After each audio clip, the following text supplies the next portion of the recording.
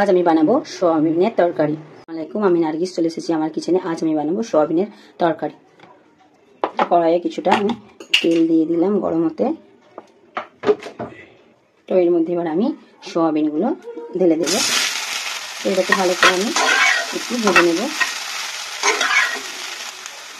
অল্প সামান্য নুন দিয়ে ভালো করে এটাকে ভেজে নেব। হালকা করে সোয়াবিনটাকে আমি ভেজে নেব। ভাজা হয়ে গেছে, বেশি ভাজলে আবার শক্ত হয়ে যাবে। তো এটা আমি নামিয়ে নিলাম। নামিয়ে আরেকটা কড়া বসিয়ে দিলাম। দিয়ে এর মধ্যে আমি কিছুটা তেল দিয়ে দিলাম। তো তেলটা গরম হতে ছেড়ে দিলাম। তেলটা গরম হয়ে গেছে, এবার এর মধ্যে আমি দিয়ে দেব পেঁয়াজ কুচি।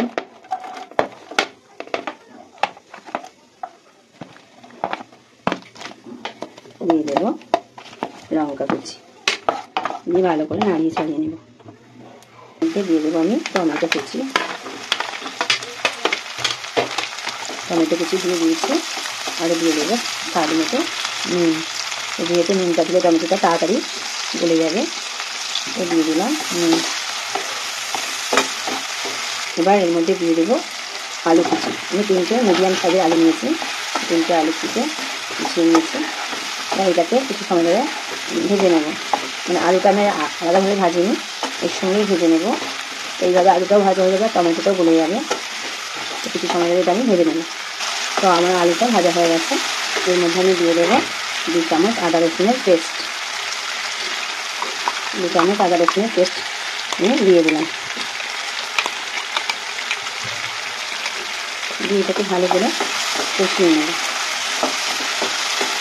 এবার এর মধ্যে আমি দিয়ে দেবো হলুদ গুঁড়ো,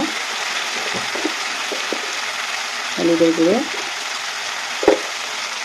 কাশ্মীরি লঙ্কার গুঁড়ো, আর দিয়ে দেবো কয়েকটা তেজপাতা। দিয়ে আমি এগুলো ভালো করে কষিয়ে নেব।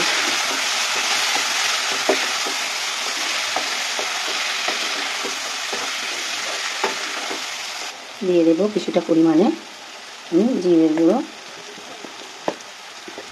আর দিয়ে দেবো 1 চামচ মিট মশলা। তো এগুলো দিয়ে ভালো করে আমি কষিয়ে নেব। তো কিছুটা আমি জল দিয়ে এটা কষাতে থাকবো। তো সেই মিক্সি ধোয়া জলটা আমি দিয়ে দিলাম। দিয়ে এটা ভালো করে কষাতে থাকবো। ভেজে রাখা সোয়াবিনটা আমি দিয়ে দেবো। এর মধ্যে ভেজে রাখা সোয়াবিনটা দিয়ে ভালো করে কষিয়ে নেব। ভালো করে কষিয়ে নেব। মিনিট 7 ধরে এটাকে কষিয়ে নিয়েছি। দেখুন মিনিট 7 ধরে আমি কষিয়ে নিয়েছি। এবার এর মধ্যে দিয়ে দিলাম জল। তো এর মধ্যে দিয়ে দিলাম জল। জলটা দিয়ে এবার আমি এটা ঢাকা দিয়ে দেবো সেদ্ধ হতে। আমি এটাকে ছেড়ে দেবো। তো এবার আমি ঢাকাটা খুলে এর মধ্যে ছড়িয়ে দেবো স্বাদ মতো চিনি। স্বাদ মতো চিনি। এবার এটাকে নাড়িয়ে চাড়িয়ে এবার আমি এর মধ্যে দিয়ে দেবো অল্প সামান্য গরম মশলা। অল্প সামান্য গরম মশলা। তো এর মধ্যে ছড়িয়ে দেবো আমি ধনে পাতার কুচি।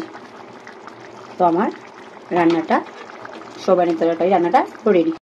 তো আমার সোয়াবিন রান্নাটা যদি আপনাদের ভালো লেগে থাকে, আপনারা আমার চ্যানেলে লাইক করবেন, শেয়ার করবেন, আর কমেন্ট বক্সে জানাবেন কেমন হয়েছে। আর নতুন কোনো বন্ধু না আমার চ্যানেলটা সাবস্ক্রাইব করে দেবেন। আজকের মতো এতটা। আবার নতুন কোনো রেসিপি নিয়ে আপনাদের সামনে হাজির হবো। খোদা হাফেজ।